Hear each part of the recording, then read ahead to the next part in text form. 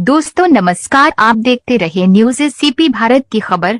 खेल महोत्सव karate team में परासिया की टीम के 23 बच्चों में से 22 बच्चों ने मेडल जीता।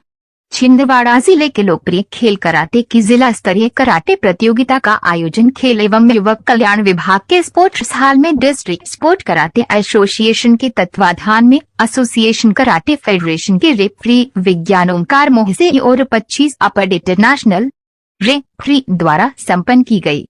परासिया कराटे कोच अंजलि श्रीवास्तव ने जानकारी देते हुए बताया कि संसद खेल महोत्सव में प्रथम चरण में छिंदवाड़ा पांढुर्ना कराटे एसोसिएशन छिंदवाड़ा के अधिकृत नेशनल रेफरी द्वारा 6 वर्ष से लेकर 18 एवं अंडर 21 के अलग अलग वजन वर्गों में कराटे कुमेटे प्रतियोगिता के प्रथम द्वितीय तृतीय स्थान प्राप्त खिलाड़ियों को 22/12/2025 को छिंदवाड़ा पोला ग्राउंड में सांसद महोदय जी द्वारा खेल महोत्सव में विनर बच्चों को ट्रॉफी और मेडल वितरण किए गए, जिसमें मुख्य रूप से खेल मंत्री आदरणीय विश्वास सारंग जी और सांसद महोदय श्री विवेक बंटी साहू जी द्वारा बच्चों को शील्ड और मेडल दिए गए।